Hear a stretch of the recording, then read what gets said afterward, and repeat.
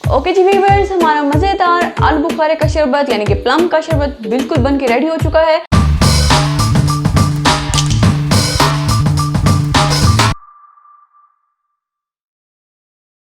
अस्सलाम वालेकुम व्यूअर्स, आज हमारे किचन में बनने जा रहा है बहुत ही मज़े का रिफ्रेशिंग ठंडा ठंडा आलू बुखारे का शरबत। तो पहले मैंने आपको खुश्क आलू बुखारे का शरबत बनाना सिखाया था और आज मैं आपको फ्रेश जो हैं पड़े आलू बुखारे उनका शरबत बनाना सिखा रही हूँ। बहुत ही सिंपल रेसिपी है। इसके लिए जो हमें चीज़ें चाहिए वो कुछ इस तरह हैं। सबसे पहले हमें चाहिए होगा यहाँ पे आलू बुखारे, ये मैंने 5 अदद लिया है।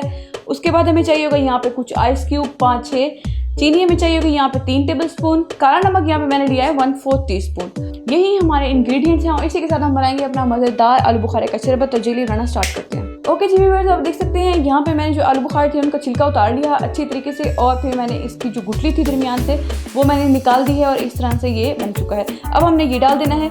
ये जो मैं बना रही हूँ तकरीबन 2 गिलास के लिए और इसके लिए हमें पानी चाहिए होगा तकरीबन 1.5 गिलास, क्योंकि हम आइस क्यूब डालेंगे तो वो 2 गिलास बन जाएंगे।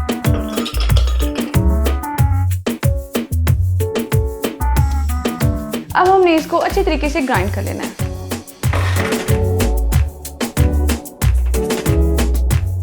ओके जी व्यूअर्स, हमारा मज़ेदार आलू बुखारे का शरबत रेडी हो चुका है। अब मैं इसको सर्व करने के लिए ग्लास में डालती हूँ।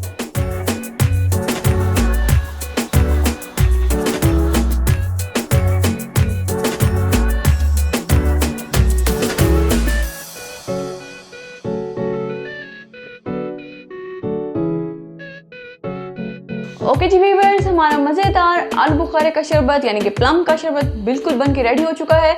और आप इसको गर्मियों में ज़रूर ट्राई करिएगा। जैसे कि आजकल बहुत ज़्यादा गर्मी है तो गर्म चीज़ें खा खा के फिर ठंडक की ज़रूरत होती है हमें। तो ये आपने ज़रूर ट्राई करना है अपने घर पे, बच्चों के लिए, बड़ों के लिए, सबके लिए बहुत अच्छा है। अगर आपको ड्राई प्लम की रेसिपी चाहिए है तो वो डिस्क्रिप्शन बॉक्स में है पड़ी, आप उसका वहाँ जाके लिंक देख सकते हैं।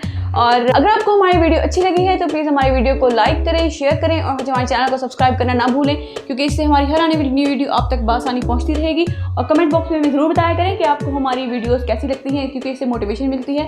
और दुआ में याद रखें। शुक्रिया, अल्लाह हाफिज़।